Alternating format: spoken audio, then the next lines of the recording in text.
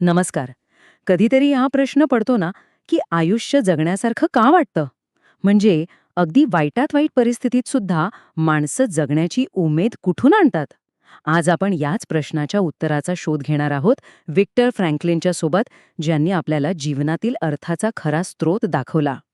चला, एका मोठ्या विरोधाभासाने सुरुवात करूया. बघा, आज आपल्याकडे इतिहासातील कोणत्याही पिढीपेक्षा जास्त सुखसोयी आहेत, नाही का? पण तरीही अनेकांना आतून एक प्रकारची पोकळी का जाणवते? हा जो रिकामापणा आहे ना, याचं उत्तर आपल्याला फ्रँकल यांच्या कामात सापडतं. खरं तर ही भावना आता इतकी सामान्य झाली आहे की तिला एक नाव सुद्धा मिळालंय, आधुनिक काळातील अर्थाचं संकट. फ्रँकल यांनी या स्थितीला एक अगदी अचूक नाव दिलं, अस्तित्वाची पोकळी. ही एक अशी मानसिक अवस्था आहे जिथे बाहेरून सगळं काही ठीकठाक दिसतं, सगळं काही मिळवलेलं असतं, पण आतून एक प्रकारची बेचैनी असते. कल्पना करा, जणू काही आपण एका मोठ्या आणि सुंदर घरात एकटेच आहोत आणि नेमकं काय चुकलंय हेच कळत नाहीये. पण फ्रँकल यांना हा विचार सुचला तरी कुठून? गंमत म्हणजे त्यांच्या या सिद्धांताची मुळं काही आधुनिक आरामात नाहीत, तर ती आहेत मानवी इतिहासातील एका अत्यंत भीषण काळात. डोळ्यासमोर आणा इतिहासातील एक सर्वात भयानक जागा, एक छळछावणी, आणि तिथे एक मानसोपचार तज्ज्ञ स्वतः कैदी म्हणून राहतोय. त्यांचं नाव होतं विक्टर फ्रँकल. आणि इथेच, हो, मानवी सहनशीलतेच्या शेवटच्या टोकावर त्यांच्या विचारांचा पाया रचला गेला. विचार करा, एके दिवशी तिथल्या त्या टोकाच्या निराशेमुळे त्यांचा एका सहकैद्याने त्यांना विचारलं, आपण विजेच्या तारेला स्पर्श करून हे सर्व संपून का टाकत नाही? हा काही साधा प्रश्न नव्हता. ती जगण्यामागचा अर्थ हरवल्याची एक किंकाळी होती. आणि ह्याच भयानक वातावरणात फ्रँकल यांनी एक धक्कादायक सत्य शोधून काढलं. त्यांनी पाहिलं की त्या परिस्थितीत शारीरिकदृष्ट्या सर्वात बलवान असणारे लोक नाही टिकले, तर ज्यांच्याकडे जगण्यासाठी काहीतरी कारण होतं, भविष्यात पूर्ण करायचं एखादं ध्येय होतं किंवा वाट पाहणारी एखादी प्रिय व्यक्ती होती, तेच लोक मानसिकरित्या टिकून राहिले.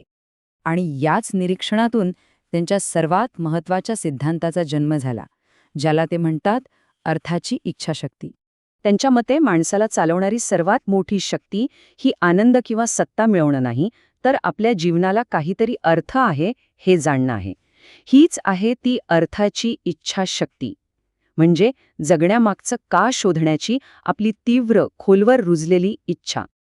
आता बघा, त्या काळात हा विचार खूपच क्रांतिकारी होता. कारण मानसशास्त्रात फ्रॉइडसारखे विचारवंत काय म्हणत होते की माणूस मूळतः सुखाच्या मागे धावतो.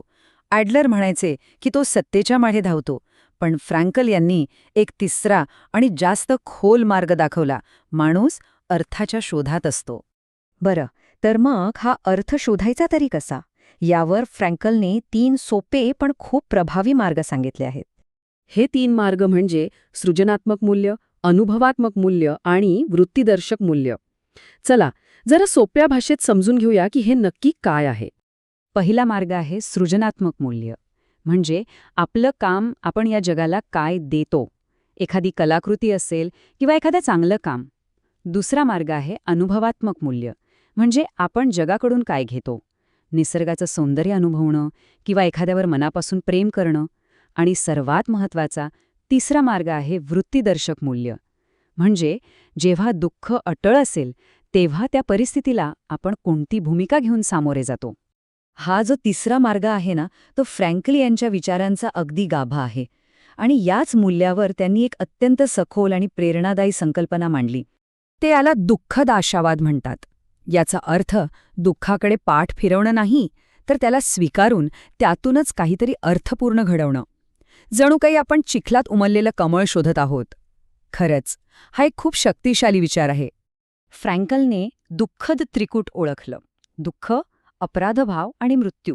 ते म्हणाले की ह्या गोष्टी जीवनात अटळ आहेत. या आपल्या आयुष्यातील चुका किंवा अपयश नाहीत, तर या अशा संधी आहेत जिथे आपण माणूस म्हणून आपली खरी ताकद दाखवू शकतो. तर या सगळ्या चर्चेचा सार काय आहे? फ्रँकल यांच्या विचारांमधून आपण आपल्यासोबत काय घेऊन जाऊ शकतो? त्यांच्या संपूर्ण शिकवणीचं सार एका शब्दात सांगायचं झालं तर तो शब्द आहे आत्मपरापर्ता. याचा साधा अर्थ असा की खरा अर्थ स्वतःवर लक्ष केंद्रित करून नाही, तर स्वतःच्या पलीकडे जाऊन सापडतो. दुसऱ्या व्यक्तीच्या प्रेमात, एखाद्या मोठ्या उद्दिष्टात किंवा समाजाच्या सेवेत स्वतःला वाहून घेण्यातच खरा आनंद दडलेला आहे. आणि हेच या एका वाक्यातून किती सुंदरपणे स्पष्ट होतं की अर्थपूर्ण कामात स्वतःला हरवणंच माणूस स्वतःला शोधतो. म्हणजे स्वतःचा शोध घेण्यापेक्षाही अधिक समाधान हे स्वतःला विसरून जाण्यात आहे. आणि म्हणून शेवटी फ्रँकल आपल्याला एक महत्वाचा प्रश्न विचारतात. जीवनाचा अर्थ काय आहे असं विचारण्याऐवजी आपण प्रश्न असा विचारायला हवा की जीवन आपल्याकडून काय मागत आहे. आणि या प्रश्नाचं उत्तर ते प्रत्येकाला स्वतःच्या कृतीतून, प्रेमातून आणि धैर्यातूनच शोधावं लागेल.